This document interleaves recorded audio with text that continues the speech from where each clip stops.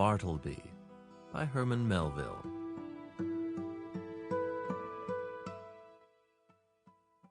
I am a rather elderly man. The nature of my avocations for the last 30 years has brought me into more than ordinary contact with what would seem an interesting and somewhat singular set of men, of whom, as yet, nothing that I know of has ever been written.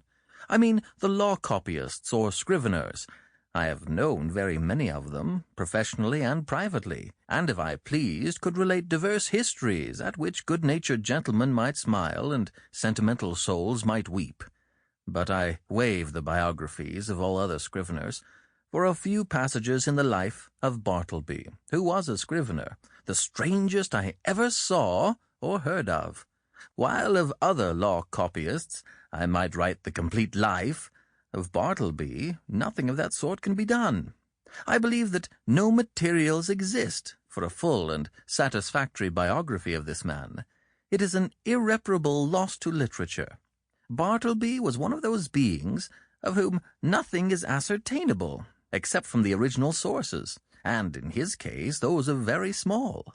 What my own astonished eyes saw of Bartleby, that is all I know of him, except indeed one vague report which will appear in the sequel.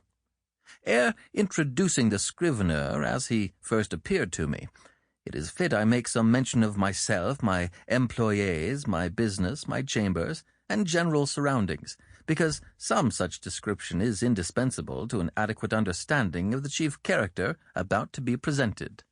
Imprimis, I am a man who, from his youth upwards, has been filled with a profound conviction that the easiest way of life is the best. Hence, though I belong to a profession proverbially energetic and nervous, even to turbulence at times, yet nothing of that sort have I ever suffered to invade my peace. I am one of those unambitious lawyers who never addresses a jury or in any way draws down public applause, but in the cool tranquillity of a snug retreat, do a snug business among rich men's bonds and mortgages and title deeds. All who know me consider me an eminently safe man. The late John Jacob Astor, a personage little given to poetic enthusiasm, had no hesitation in pronouncing my first grand point to be prudence, my next method. I do not speak it in vanity, but simply record the fact that I was not unemployed in my profession by the late John Jacob Astor, a name which I admit I love to repeat, for it hath rounded and orbicular sound to it, and rings like unto bullion. I will freely add that I was not insensible to the late John Jacob Astor's good opinion. Some time prior to the period at which this little history begins, my avocations had been largely increased. The good old office, now extinct in the state of New York, of the Master in Chancery, had been conferred upon me. It was not a very arduous office, but very pleasantly remunerative. I seldom lose my temper, much more seldom indulge in dangerous indignation at wrongs and outrages.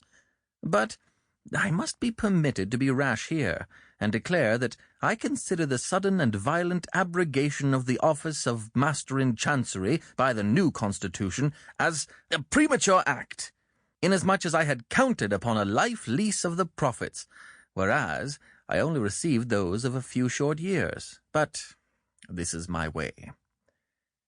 My chambers were upstairs, at No. Wall Street. At one end, they looked upon the white wall of the interior of a spacious skylight shaft, penetrating the building from top to bottom. This view might have been considered rather tame than otherwise, deficient in what landscape painters call life. But if so, the view from the other end of my chambers offered at least a contrast, if nothing more. In that direction, my windows commanded an unobstructed view of a lofty brick wall, black by age and everlasting shade, which wall required no spyglass to bring out its lurking beauties, but, for the benefit of all near-sighted spectators, was pushed up to within 10 feet of my window-panes, owing to the great height of the surrounding buildings and my chambers being on the second floor. The interval between this wall and mine not a little resembled a huge square cistern. At the period just preceding the advent of Bartleby, I had 2 persons as copyists in my employment, and a promising Sample complete. Ready to continue?